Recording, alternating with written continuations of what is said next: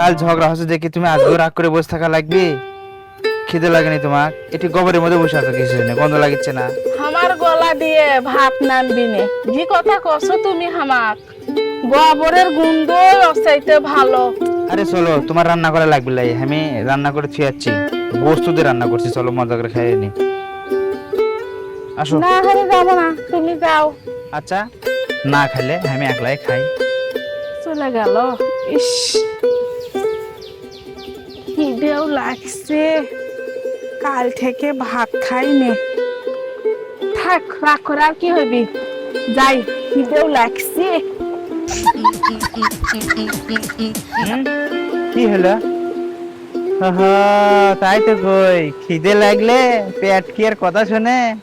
খিদে লাগলে বলে বাঘও ধান খায়।